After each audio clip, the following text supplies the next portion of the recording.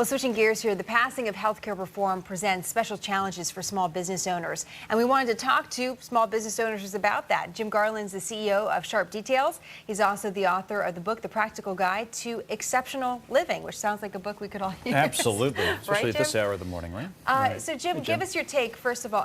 What does your company do? We do aircraft cleaning. So we clean corporate and private jets from Virginia to Connecticut.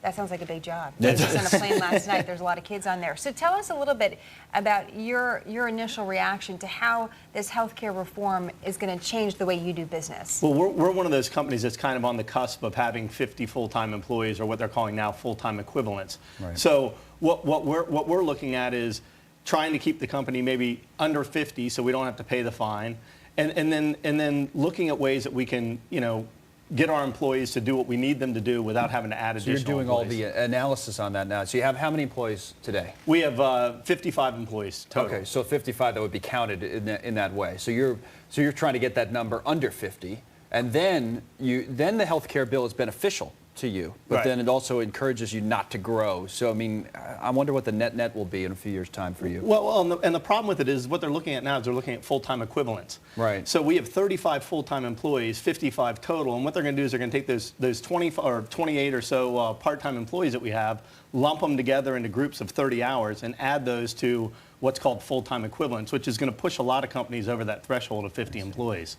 So you're really waiting for that 2014. Is that what you're anticipating, the full changes affecting your company? Exactly. So, okay, so that's 4 years from now. Compare that to 4 years ago and the current system of healthcare that you were operating under. Right. How does that compare to what you see in the future? Well, what I see in the future is our costs going up dramatically. But weren't they going to go up anyways? They were going to go up some, but we weren't going to be required to provide coverage or pay the fine for every single employee.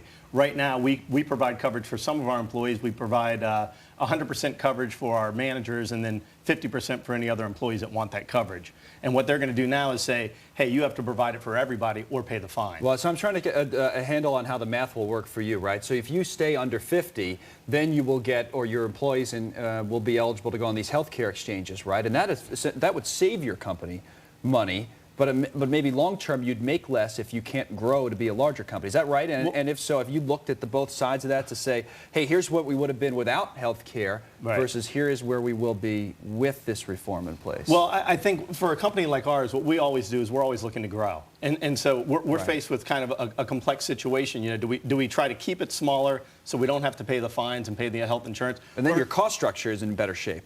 Well, it might be, right. I mean, but the thing is that we're always looking to grow. So, the thought of trying to keep it under 49 is going to be really tough. And the other thing the other complexity that we just realized recently is we're bidding on a lot of long-term contracts that are 3 to 5 year deals. So we have to look at the cost structure of that and say, hey, for the next 3 years, here's how we structure our cost. But after 2014, our costs go up considerably. So do we have to say to the customer, hey, your price was these 3 years, but now it's going to jump significantly. How did you get into this business to begin with? Into the aircraft cleaning business? Yeah. I started as a boat cleaning service right after college, and it evolved. Car detailing, then aircraft cleaning. So how long has it taken to get to this past the 50 employee mark? Right. It's taken, I started in 1991. And started really full-time in 1994. So it's taken, it took about 12 years to get to the 50 mark, and that's kind of where we've been for the last few. So now, just real quick here, with the reform that's sitting before you now, would you have preferred that there was a public option, being what you see now as a company that has more than 50 employees? Would that have been better for you as a small business owner? It may have been. I mean, and at one point for me, I always wanted to be the greatest boss in the world. So at one point, I provided health care for everybody.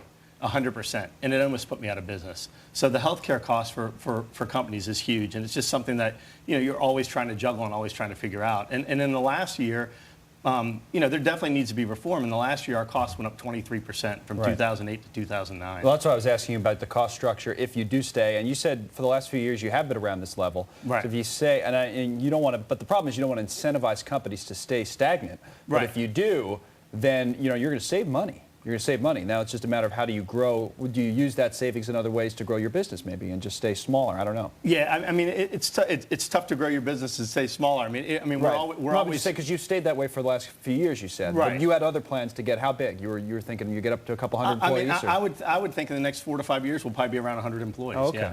Yeah. If you added temporary employees, so these are not, these are freelancers or people that you're calling in on a contract basis for a month or 2 months or something like that, would that count to your over 50 mark? If they're freelance, I don't think they do. If they come onto our payroll, then they would count towards that. It just shows you all the issues that companies like yours are trying to struggle with now. It is, right? Right. I bet you're spending a lot of your day dealing with this stuff, trying to figure out all the costs. Thank you for coming in, Jim. Thank you very much for having me. Jim Garland, Sharp Details, President and CEO. All right.